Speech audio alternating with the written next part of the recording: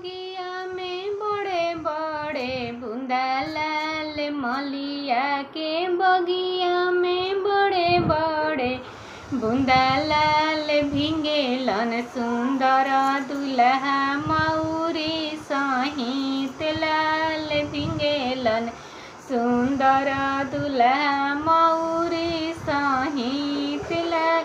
आजू के रतिया ईश्वर महिमा तोहार लाल आजू के दिनवा ईश्वर महिमा तोहार लाल धरना नेवना ईश्वर सजी बरियात लाल धरना नेवना ईश्वर सजी बरियात लाल। पापा जी के अंगना में बड़े बड़े बूंदा लाल भिंगेलन सुंदर दुल्हा मौरी सहित लाल भिंगेलन सुंदर दुल्हा शेरवनिया सहित लाल। आजू के दिनवा ईश्वर महिमा तोहार लाल धरना नेवना ईश्वर जाई ससुराल लाल धरना नेवना ईश्वर जाई ससुराल लाल।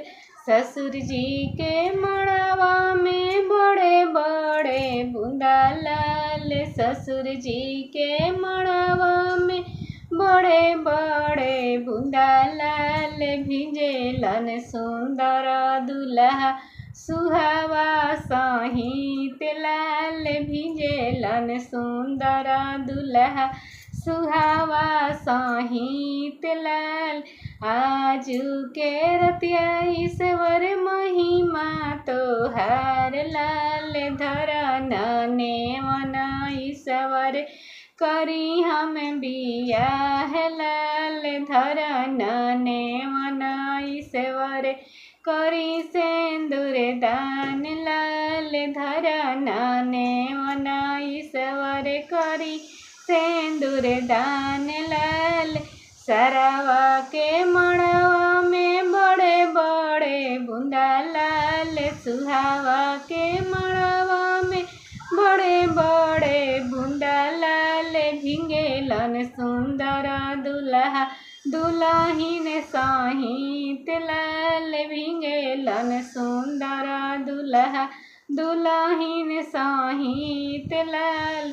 आजू के रतिया ईश्वर महिमा तोहार लाल धरना नेवना ईश्वर कोहबर में जाई लाल धरना नेवना ईश्वर कोहबर में जाई लाल धरना नेवना ईश्वर कोहबर में जाई लाल।